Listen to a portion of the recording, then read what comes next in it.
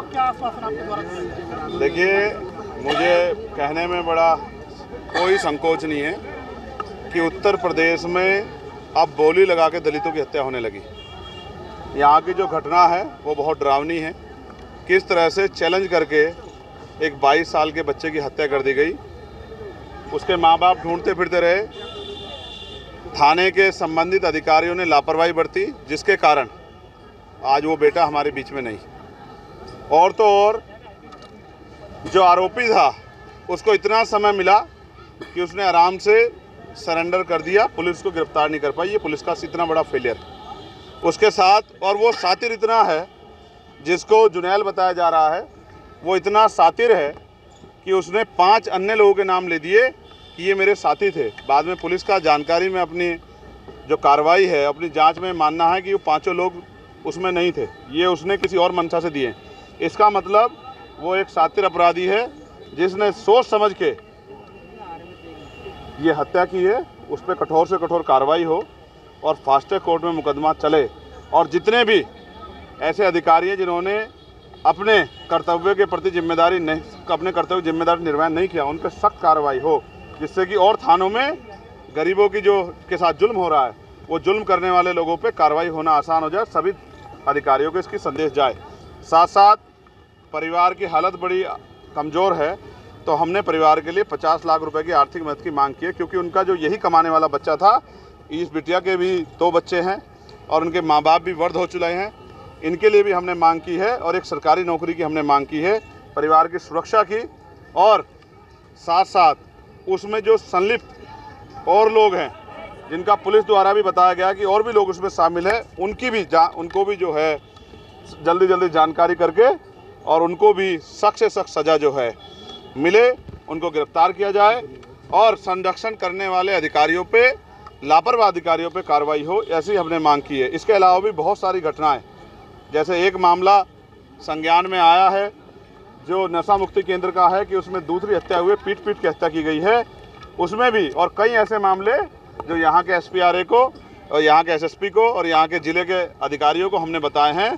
तमाम तरह से ऐसा लगता है कि उत्तर प्रदेश सरकार में गुंडों को खुली छूट मिल गई है कि वो कमज़ोर वर्ग के लोगों का जितना चाहे दमन करें और उन पर कोई कार्रवाई नहीं होगी।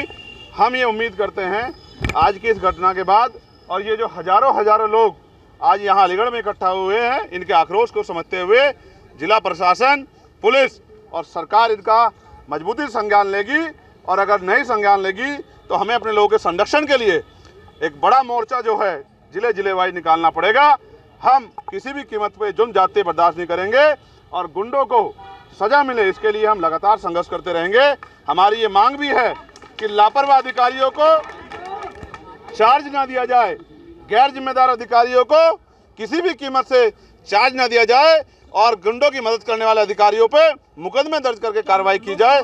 तब जाके मैं लोकसभा में भी और लोकसभा के बाहर भी आपको आश्वस्त करता हूं कि उत्तर प्रदेश के और देश के दलित, पिछड़े, मुसलमान, आदिवासी, तमाम महिलाओं, किसानों, मजदूरों के मुद्दों को बड़ी मुखरता से हम पार्लियामेंट के अंदर भी और पार्लियामेंट के बाहर सड़क पे भी मजबूती से उठाएंगे, और गुंडागर्दी करने वाले लोगों को किसी भी तरह के संरक्षण के बावजूद भी उनकी सही जगह भेजने के लिए पुरजोर ताकत से आंदोलन करेंगे, संघर्ष करेंगे। भले ही हम लोकसभा के सदस्य बन गए हों, लेकिन हम सड़क की संघर्ष का रास्ता नहीं छोड़ेंगे, क्योंकि जब सत्ता तानाशाह हो जाएगी या सत्ता अहंकारी हो जाएगी तो सड़क का रास्ता ही गरीबों के न्याय के दरवाजे खोलेगी, ऐसा मेरा मानना है। भरोसा प्रशासन ने दिया, उसे आप आश्वस्त हैं धरना खत्म हो जाएगा क्या?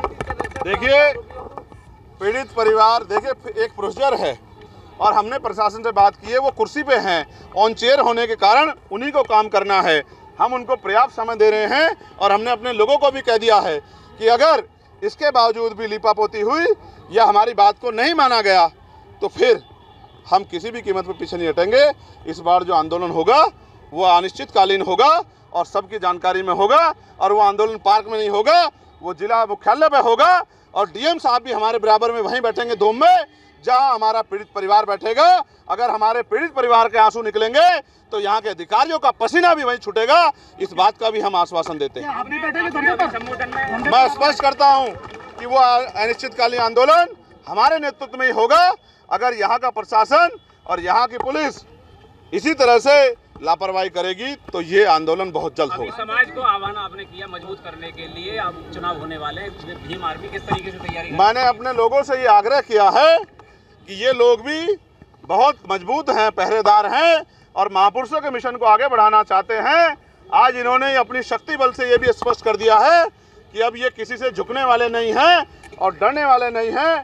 तो मैं मानता हूं कि आने वाले जो उपचुनाव है, जो खैर का प्रस्तावित उपचुनाव 6 महीने के अंदर होना है, मैंने इनसे मांग भी की है कि सिर्फ झंडा और नारे से आगे बढ़ के अब ये उस विधानसभा की बूथ कमेटी, सेक्टर कमेटी, विधानसभा कमेटी तैयार कर लें और एक एक वोट भाईचारा बना के आज़ाद समाज पार्टी के समर्थन में लेकर आएँ।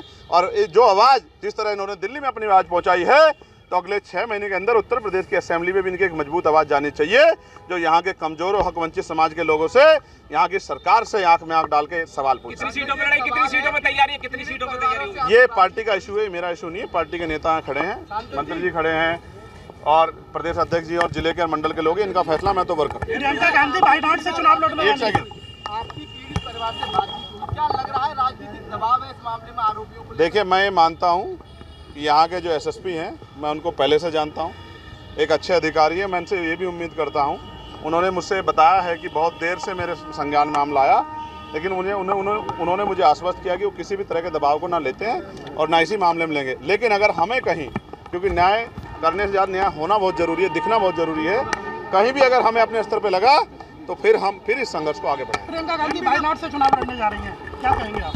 बधाई हो उनको। एमपी साहब, आखिरी सवाल है, अलीगढ़ में ब्लॉक प्रमुख दलित है, उसको मारने की साजिश और शोषण हो रहा है, इस पर